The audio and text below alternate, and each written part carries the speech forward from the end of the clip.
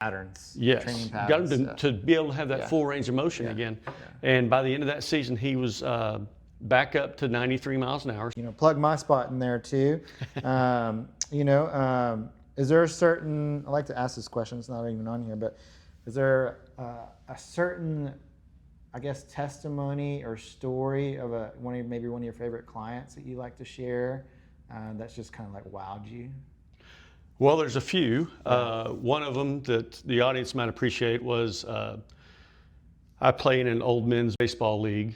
I'm a catcher. Okay. And in these leagues, I didn't know this, but a bunch of guys played professionally in the minor leagues and some in the major leagues.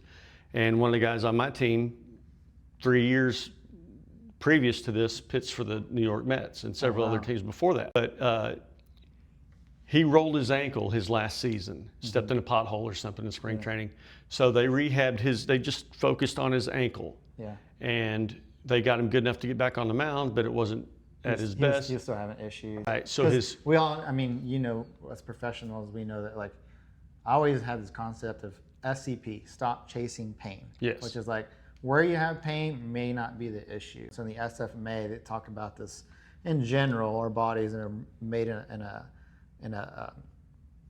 pattern where our foot stability, ankle mobility, knee stability, hip mobility. And so when he had his ankle injury, who knows what upstream issue it caused. Exactly. And or downstream, it could be just the balance. Absolutely. But they don't look at that. You would think in the major leagues they get the best training. They're scared to death to hurt these athletes.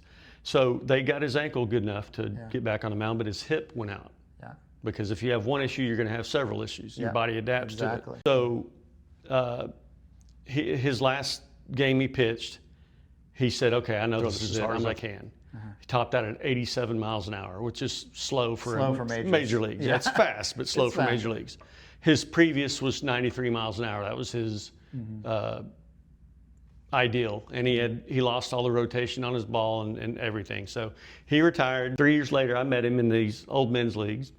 And I was very interested to meet him, not necessarily being starstruck, but I wanted to know to tell how my system worked compared to what they do.